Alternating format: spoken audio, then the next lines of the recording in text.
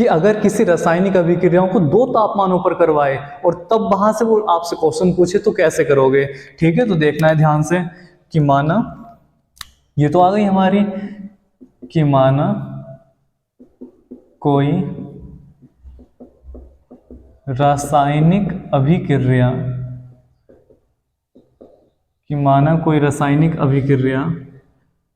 T1 व T2 तापमानों पर कराई जाती है। ठीक है, कराई जाती है। तो देखो ध्यान से कि भाई मान लिया कि कोई अभिक्रिया है और वो 2 टेम्परेचर पर कराई जा रही है, T1 और T2 2 तापमानों पर करवाई जा रही है, तो कैसे करना है। तो भाई क्या दिखाई दे रहा है इसमें कि हमें जो टेम्परेचर है, अभिक्रिया तो एक ही है और वो एक ही अभिक्रिया 2 तापमानों पर कराई जा रही है। सही है, तो इसका क्या मतलब है, इसका मतलब है कि मान लिया T1 पहले, यानी कि टेम्परेचर पहले कितना है, T1 है। क्लियर है बात। तो कितना हो जाएगा भाई, तो हो जाएगा आर्हीनियस समीकरण के अनुसार, तो आर्हीनियस समीकरण से, और आर्हीनियस समीकरण क्या है हमारी, ये लिखी हुई है इक्वेशन नंबर फर्स्ट में। तो ये कितना हो गया भैया, log बेस में 10K। ठीक है, अब भाई T1 टेम्परेचर 1 है तो जो वेग है वो भी चेंज हुआ होगा, और जब वेग चेंज हुआ होगा तो वेग स्थिरांक भी चेंज हुआ होगा। यानी कि अगर T बराबर T1 है तो K के स्थान पर हो गया होगा K1, और ये हो गया होगा log बेस में EA। अभिकारक तो वही रहा होगा, ठीक है, उसकी मात्रा वही रही है, बस अंतर किसमें हुआ है, अंतर हुआ है वेग में और टाइम में। सही है, तो यहाँ पर कितना होने वाला है, EA संकीर्ण ऊर्जा भी उतनी ही रहेगी और 2.303 भी उतना ही रहेगा, R भी उतना ही रहेगा, T के स्थान पर आ जाएगा T1। सही है, समीकरण नंबर मान लेते हैं इसे रोमन अंकों वाली फर्स्ट। ठीक, अगर बात करी जाए टेम्परेचर हो जाए भैया T2, तो K बराबर कितना हो जाएगा, K2, और यहाँ पर कितना हो गया था हमारा K, यहाँ पर हो गया था K1। जब T बराबर T1 था तो यहाँ पर भैया K हमारा हो गया था K1, और अगर हमारा T बराबर T2 है तो K बराबर कितना हो जाएगा, K2 हो जाता है। तो कितना हो जाएगा, तो आर्हीनियस समीकरण का इस्तेमाल करेंगे तो कितना हो जाएगा, K के स्थान पर क्या आ जाएगा, K2 equal to log base में 10, A का A ही रहेगा, माइनस के EA अपॉन ये कितना हो जाएगा 2.303 RT2। इक्वेशन बनी सेकेंड। क्लियर है, यहाँ तक स्पष्ट दिख रहा है। ठीक है, बढ़िया, सही है। अब हमने क्या करा, ध्यान से समझना है। उसने कहा कि कोई अभिक्रिया है और वो पहले तापमान उसका इतना रहता है, बाद में टेम्परेचर इतना हो जाता है, और वो वहां से वेग या वेग स्थिरांक पूछता है, तो कैसे करना है, यहाँ से सवाल बनना है, उसके लिए हम इतना कुछ कर रहे हैं। ठीक है, तो देखिए समीकरण 1 और समीकरण 2 को क्या करें कि भैया समीकरण 2 में से समीकरण 1 को घटा देते हैं। ठीक है, इसका क्या मतलब है कि समीकरण 2 में से समीकरण 1 को हम घटा देते हैं। तो क्या होने वाला है, देखिए ध्यान से बोर्ड पर, कि अगर समीकरण 2 में से समीकरण 1 को घटाएंगे तो क्या होगा, 2 ये है, इधर की साइड में से ये साइड घटेगी, इधर की साइड में से ये वाली साइड घटेगी। तो ये कितना हो जाएगा भैया, ये हो जाएगा log बेस में 10 K2 माइनस log बेस में 10 K1। ठीक है, इस साइड में से ये साइड घट गई, ऐसी इस साइड में से ये साइड घट जाएगी, इक्वल टू ये कितना हो जाएगा, log बेस में 10A minus EA upon 2.303 RT2। ठीक है, ये लिखा। अब इसमें से ये घटेगा तो माइनस log बेस में 10A, ठीक है, इतना हो गया। अब ये घटेगा तो माइनस माइनस हो जाएगा प्लस, और ये हो जाएगा EA अपॉन 2.303 RT1। क्लियर है इतनी बात। अब भैया ये हमारे log A और log A कट जाएंगे, और यहाँ से देखो क्या बन गया, ये बन गया log 10 log M minus log N। ध्यान आया, log M और log N को जब घटाएंगे तो क्या बनेगा, log M minus log N होता है, तो वो बन जाता है log M upon log N। ठीक है, यानी कि log M और N, ध्यान करो कि अगर log बेस में 10 M अपॉन N है तो इसे क्या लिख सकते हैं, इसे लिख सकते हैं हम log बेस में 10 M माइनस के log बेस में 10 N। ठीक है, तो वही तो है, log M माइनस के log N है तो log M बटे N के रूप में लिख दिया, यानी K2 अपॉन K1 बन गया। क्लियर है, ठीक है। अब क्या होने वाला है, इक्वल टू, यहाँ पर ये माइनस का बना ये प्लस का बना, तो प्लस वाले को पहले लिख लेते हैं, ई ए अपॉन 2.303 आर। क्लियर है। और यहाँ से क्या बचा, यहाँ से बचा 1/T1 और यहाँ से क्या बचा भैया 1/T2। सही है। इस वाले को पहले लिख लिया, इसे बाद में लिख लिया, और यहाँ से ई ए अपॉन 2.303 आर कॉमन निकाल लिया, तो यहाँ से 1/T1 माइनस के 1/T2 आ गया। और ये कितना हो जाता है, ये हो जाता है भैया हमारा log 10 K2 अपॉन K1। ठीक है, K2 और K1 क्या चल रहे हैं, वेग स्थिरांक चल रहे हैं T1 टेम्परेचर और T2 टेम्परेचर पर। सही है। उसके बाद ये कितना हो जाता है, ये हो जाता है आपका ई ए अपॉन 2.303 आर, और यहाँ से अगर एलसीएम ले लें तो कितना हो जाएगा T1 T2, और ये कितना हो जाएगा भैया T2 माइनस के T1 हो जाएगा। क्लियर है इतनी बात। तो ये आती है आपकी इक्वेशन जहां से आपको मिलते हैं सवाल बोर्ड एग्जाम में देखने। ठीक है, इस इक्वेशन से आर्हीनीय समीकरण तो है, लेकिन आर्हीनीय समीकरण तो भैया यही रुक गई थी। ठीक है, कि आर्हीनीय समीकरण तो यहाँ आ गई थी। अब यहाँ से सवाल बहुत कम मिलते हैं देखने, सवाल जो आते हैं वो एग्जामिनर थोड़ा सा चालाकी दिखाता है, वो दे देता है यहाँ से सवाल। ठीक है, कैसे देगा, कैसे देगा, देखिए सामने सवाल आता है आपके, अब इसे अच्छे से नोट कर लेना बिल्कुल बढ़िया करके। ठीक है, मेन इक्वेशन ये बनती है जो न्यूमेरिकल्स आपके करवाती है। ठीक है, इतना अच्छे से नोट कर लेना है, इसका स्क्रीनशॉट वगैरह ले लो, ये बिल्कुल छाप लो बढ़िया करके अपनी नोटबुक में। अब देखिए क्या होने वाला है आगे। ठीक है, अब देखिए सवाल कैसे बनते हैं, हो गया इतना क्लियर है। ठीक है, उस इक्वेशन को भी लिखा रहने देते हैं, इसका तो काम खत्म हो गया। इस इक्वेशन से बन गई है हमारी इक्वेशन ये वाली। ठीक है, अब देखिए सवाल कैसे बनता है।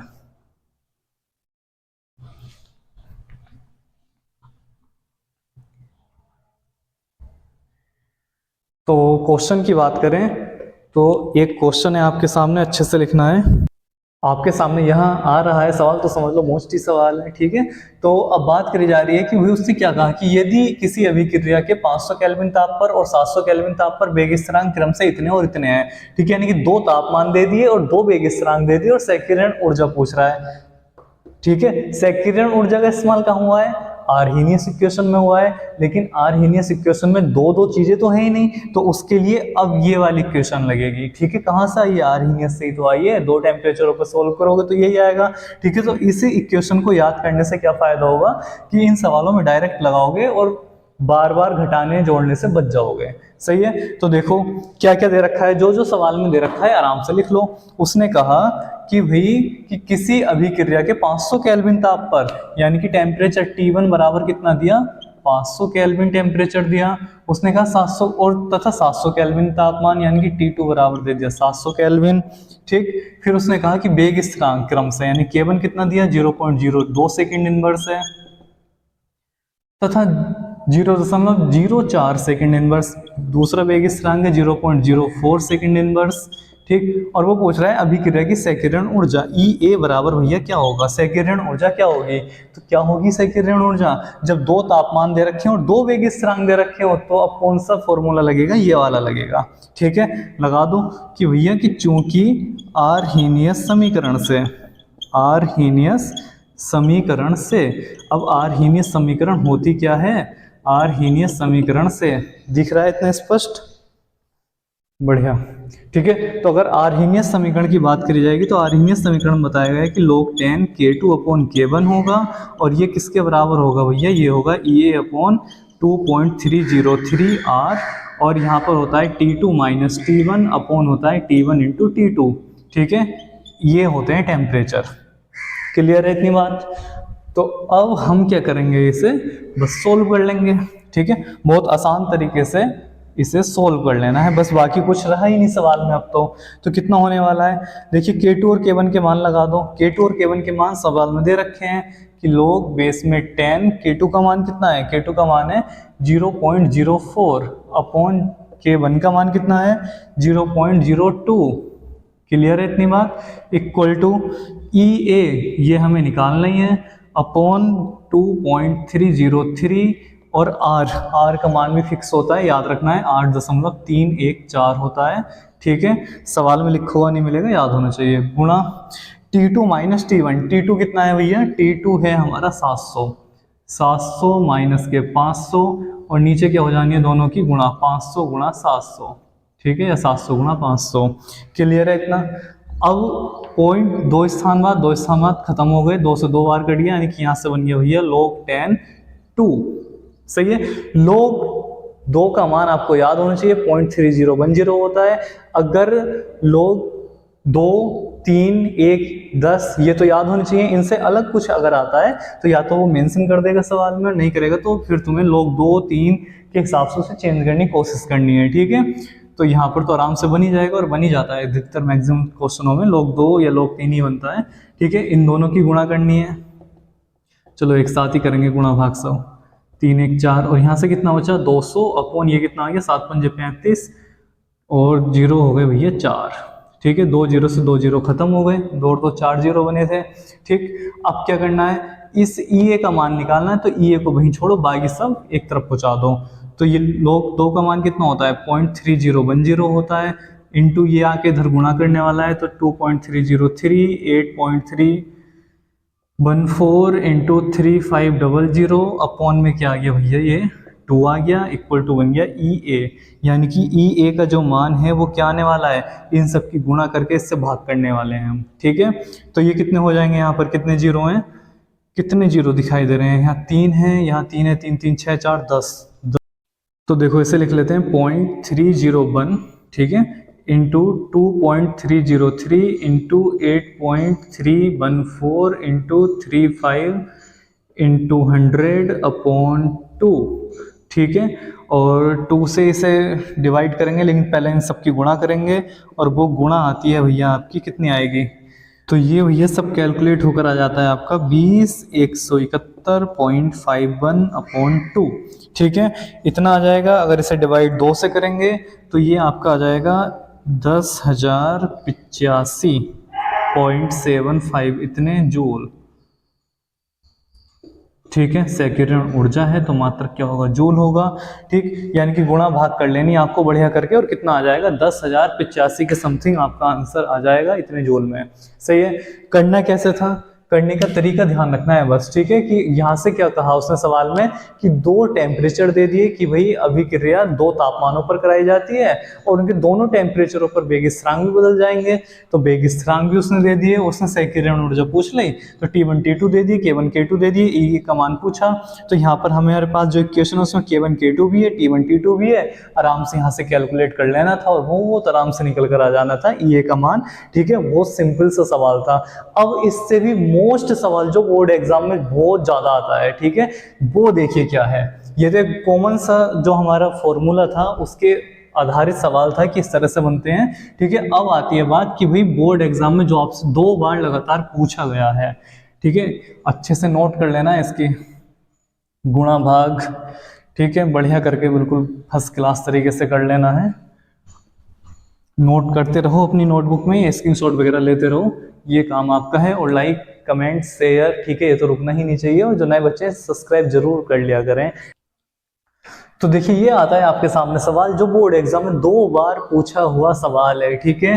बोर्ड एग्जाम में 2 बार आ चुका है ये सवाल, भैया अच्छे से नोट कर लेना इसे नोटबुक में बिल्कुल बढ़िया करके। सवाल में कहा गया कि 298 केल्विन ताप में 10 केल्विन की वृद्धि होने पर, यानी कि 298 केल्विन तापमान पर अभिक्रिया हुई, लेकिन बाद में उसमें 10 केल्विन टेम्परेचर और बढ़ा दिया गया, ठीक है, की वृद्धि होने पर रासायनिक अभिक्रिया का वेग 2 गुना हो जाता है। और ऐसा क्या हुआ, 298 केल्विन पर कराई थी अभिक्रिया तो हो गई, फिर जब उसमें 10 डिग्री सेंटीग्रेड तापमान 10 केल्विन टेम्परेचर की जब वृद्धि की गई तो अभिक्रिया का जो वेग है वो 2 गुना हो गया, यानी कि डबल हो गया।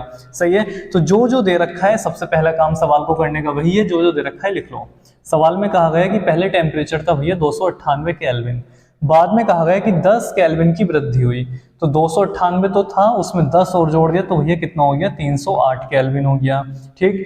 और ऐसा होने पर रासायनिक अभिक्रिया का वेग 2 गुना हो जाता है, यानी कि पहले कितना रहा होगा, पहले रहा होगा भैया V, और बाद में कितना हो गया, बाद में हो गया 2V, ठीक है। अब अभिक्रिया का वेग ध्यान से समझो बात, अभिक्रिया का जो वेग होता है वो वेग स्थिरांक के क्या होता है, प्रोपोर्शनल होता है, ठीक है, अभिकारकों की सांद्रता क्या होता है और उसे बराबर करने के लिए नियतांक आता है, यानी अभिक्रिया का वेग बढ़ रहा है तो वेग स्थिरांक भी बढ़ रहा होगा और बिल्कुल समानुपाती होता है। ठीक है, इसके जो विशेष लक्षण है लास्ट वीडियो में बताया था, जो प्रथम कोटि की अभिक्रिया के विशेष लक्षण करवाए उसमें बताया गया इस बात को कि अभिक्रिया का वेग बढ़ेगा तो वेग स्थिरांक भी बढ़ेगा। ठीक, तो यहाँ पर अगर वेग v है तो ऐसे यहाँ पर k1 की बात करें वेग स्थिरांक की तो वो k रहा होगा, और बाद में भैया वेग स्थिरांक भी कितना हो गया होगा, जब वेग दुगना हुआ है तो वेग स्थिरांक भी डबल हो गया होगा, ये ध्यान रखना है आपको बस। सही है, चूंकि आर्हेनियस समीकरण से, आर्हेनियस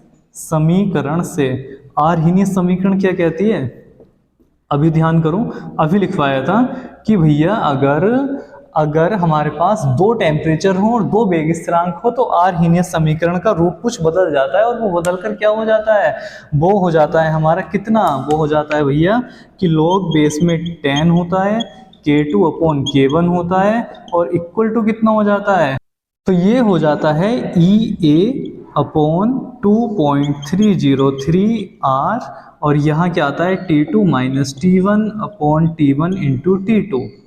क्लियर है, ठीक है, इस फॉर्मूले को लगा देना है, और सवाल में EA की गणना करवा रहा है वो आपसे। ठीक है, EA यानी कि सक्रियण ऊर्जा हमसे पूछी जा रही थी, तो जो पूछा जा रहा है वो यहाँ से आराम से निकल जाएगा। देखो कितना, K2 का मान ये रहा, K1 का मान ये रहा, देखो सब आराम से होने वाला है, ध्यान से देखते रहना है बस। तो यहाँ पर हम भैया इसके मान लगा दें, क्या दिख रहा है इतना नीचे, क्या ठीक है दिख रहा है, देखो तो ये कितना हो जाएगा, ये हो जाएगा log बेस में 10, K2 का मान कितना है 2K अपॉन K1 का मान कितना है K है, ठीक है, इक्वल टू EA हमें निकालना ही है, और 2.303 इंटू R का मान 8.314 होता है, लगा दो। T2 का मान कितना है 308 माइनस पहले कितना था 298 था भैया, नीचे दोनों की गुणा करनी है, यानी कि 298 है T1 का मान, T2 का मान है 308। ठीक है, इन दोनों को कैलकुलेट करना है, K से K खत्म हो जाएगा, और यहाँ से क्या आ गया हमारे पास log बेस में 10 2, और log 2 का मान अभी आया था 0.3010 होता है, इक्वल टू EA हमें निकालना है, वेरी गुड, और ये हो गया 2.303 इंटू 8.314, और ये कितना आ गया भैया, ये अंतराल आ जाएगा 10। ठीक है, 308 में से 298 घटाओगे तो 10 बचेगा, और फिर नीचे क्या करनी है, इनकी गुणा करनी है 398 और 298 की। ठीक है, गुणा भाग सब एक साथ कर लेंगे, log 2 का मान कितना है 0.3010 है, और यहाँ से कितना आया EA इंटू 10 अपॉन 2.303 8.314 और 398 गुणा 298। ठीक, यहाँ से EA का मान निकालो, तो EA का मान कितना आ जाएगा, ये सब इधर आके गुणा करने वाला है, तो 0.3010 इंटू 2.303 इंटू 8.314, और ये कितना हो गया 398 गुणा 298, और अपॉन में क्या आया 10 आया। सही है, तो यहाँ से इसे कैलकुलेट करेंगे तो EA का मान आएगा, और ये गुणा भाग करेंगे सबकी तो कितना आने वाला है, अगर सबकी गुणा करें तो ये भैया आने वाला है कितना आपका, तो ये आता है 527400 अपॉन 10 से एक जीरो खत्म, और सक्रियण ऊर्जा आती है 52740। ठीक है, 52740 जूल। ठीक है, देख लेना गुणा भाग करके, इतना ही आ रहा होगा, ये आपका आंसर है। ठीक है, तो नोट कर लेना है बिल्कुल बढ़िया करके। ये सवाल आपके सामने है जो 2 बार बोर्ड एग्जाम में आया हुआ है। उसने क्या कहा, टेम्परेचर दे दिए कुछ अंतराल के साथ, और उसने बता दी कि भाई वेग इतने गुना हो जाएगा, उतने गुना हो जाएगा, इस तरह से। तो जिस रेशियो में वो वेग बढ़ाएगा उस रेशियो में वेग स्थिरांक बढ़ जाएगा, इतना ध्यान रखना है। सही है, बस उस हिसाब से हमें इसी समीकरण का इस्तेमाल करते हुए सवाल कर लेना है, गुणा भाग करनी है और आ जाएगा। ध्यान रखना है बिल्कुल बढ़िया करके, अपनी नोटबुक में छाप लो, स्क्रीनशॉट वगैरह ले लो। मोस्ट सवाल है काफ़ी ज़्यादा। सही है, तो बहुत अच्छे सवाल हैं, अच्छे से दोनों सवाल तैयार कर लेने हैं, पूरा टॉपिक अच्छे से कंप्लीट कर लेना है, तैयार कर लेना है। ठीक है, तो बस पढ़ते रहिए, मेहनत करते रहिए, जितना कराया जा रहा है उतना पढ़ते रहना है मेहनत के साथ। और लाइक कर दीजिए, कमेंट्स कीजिए, शेयर कीजिए, और जो नए बच्चे हैं चैनल को सब्सक्राइब करना ना भूलें। और मिलते हैं जल्दी ही नई वीडियो में नए टॉपिक के साथ। Thank you so much.